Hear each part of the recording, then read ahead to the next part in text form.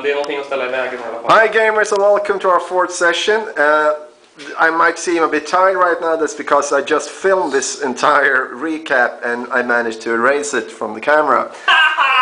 So we're starting over. As you can see, my dear buddy Frederick up here is fiddling around near the town of Svoboda, where the Germans have crossed the Don River.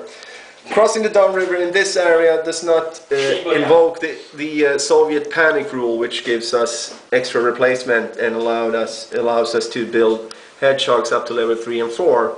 But if they advance about 2 hexes further east, then we will gain from it. That rule exists to try to give the campaign a somewhat historical flow, in which the Germans actually follow the Don River as their northern perimeter during the advance. Panning further south here, you can see that this entire area is pretty void of Soviet units right now. The only units in the area are out of supply and will slowly die. They are mostly a nuisance to the German at this point, and could hardly be counted as speed bumps, as the Germans can run around them if they want to. Up here, the town of Bugshar, or north of Bugshar, you can see Frederick is fiddling about with the last Soviet outpost on the southern part of the Don in this area. This bridgehead is pretty good to have for the Soviets, since we'll be able to launch counterattacks eventually from this area. So I reckon the Germans will try to push us over to the other side of the Don. We'll see what happens here. If we pan further south, you can see the main avenue of advance for the Germans. A lot of units in strat mode. Strat mode, of course, allowing the units to move at twice the pace as normal. And down here you can see the brave 13th Tank Corps of the Soviet Army blocking the rail line for these guys. Blocking the rail line at this point isn't really that big a thing, because the German railroad engineers can be found in this area here and up here. And these guys convert the gauge of the rail line and advance it at a pace of 4 hexes per turn if unopposed.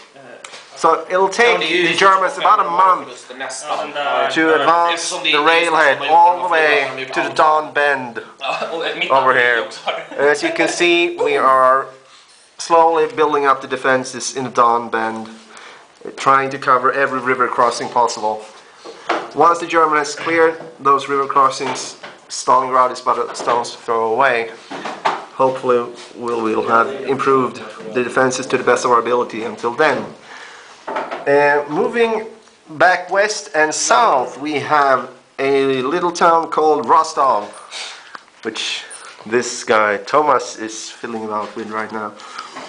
A lot of disorganized Germans here right now, and but on the other hand we have the town completely surrounded, and all the Soviet units north of the town has starved or cast down their arms and surrendered. And the struggle for Rostov will probably continue a few turns.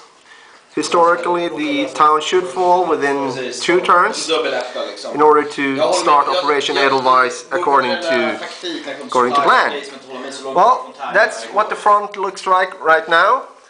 I figured I'd tell you something new about the game each time, so we'll zoom in on Kharkov here. Kharkov, which I told you last time, is one of the victory point cities. And Kharkov is also the main supply center for the German. All new German units enter here or at the western map edge, if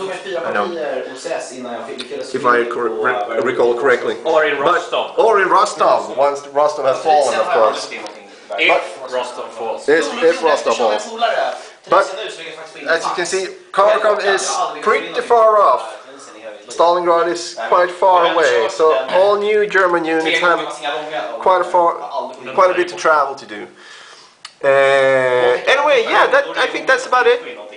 We're about to start the 4th session now, and we have rolled for weather. It's beautiful weather, perfect for making war. And initiative-wise, we are starting with the Russians. Yep. Ah, okay. So the Russians will go again. It'll be a double turn then. So I guess I'll see you next time. Bye bye.